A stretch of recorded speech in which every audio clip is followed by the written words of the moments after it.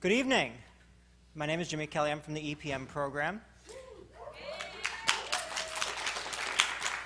I'm here tonight to share with you a few words about the power of expectations in education. First off, I'd like to say that I know my ideas are hardly revolutionary, but I feel that they have been lost too often in the deluge of demands that we place on teachers in classrooms today. I want to share with you what I believe are the four most important words we say as educators. I believe in you. Our expectations shape so much of what we do with our children. They share not only our belief in their efficacy, but they also share an affirmation of what that child is going to do in our classroom. I believe that those four words are fundamentally,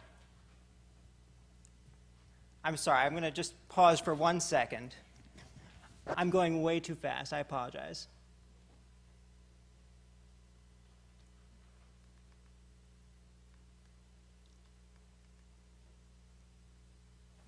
All right.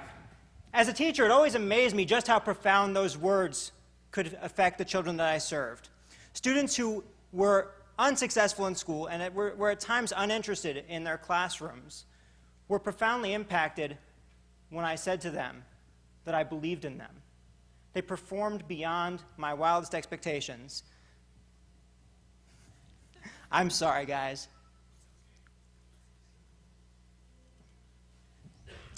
They were enlivened with the fact that someone thought them capable of greatness. Here's the truth, folks. Our children are capable of greatness. They can reach the very apex of excellence. They can realize a steady crescendo of their potential over time if only we say to them, I believe in you. In far too many parts of this country, and in way too many places across the globe, too many students do not have a sense of their own agency in their classrooms. They encounter schooling that purposefully excludes them. In my own work in St. Louis, in one of the most segregated cities in this nation, my students looked at a machinery that produced little hope and much anguish.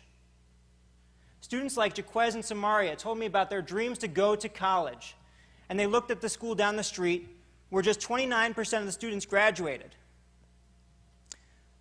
The truth is that Martin Haberman calls this the pedagogy of poverty. We have, as educators in these environments, placed the belief that our students cannot exceed the lowest common denominator.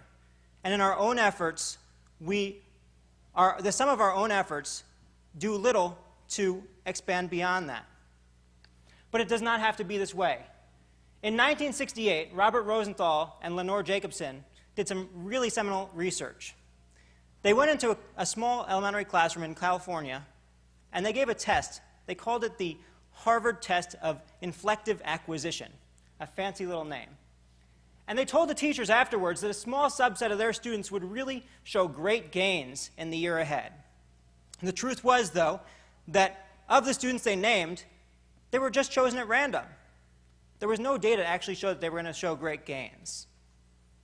But at the end of the year, those children who were identified showed the greatest gains. I tried this experiment in my own classroom last year. I taught one of the only 8th grade algebra classrooms in the city of St. Louis. On day one, I told my students that they were going to be the best classroom of students in the city of St. Louis.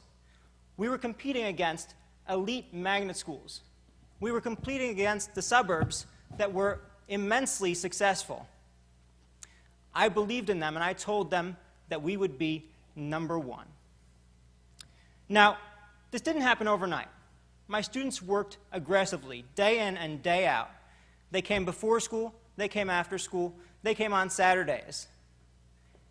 At the end of the year, when they took their test, they came back and they chided me. Mr. Kelly, your class was so much harder than that test. And I was so proud of them. I'm going to share this with you. My students were predominantly students who received free and reduced lunch. 92% of my students received free and reduced lunch. Okay? And here's Metro High School. The principal of Metro High School, I asked him about the admission standards. He told me there was no place for my students at his school. They did not belong. They were not prepared enough, and they would not fit in. Well, at the end of the day, my students scored 79% advanced. They achieved excellence. They attained excellence. Now, what I see in this is that excellence is not something that we can measure in relativity. Excellence is when we endeavor alongside our students.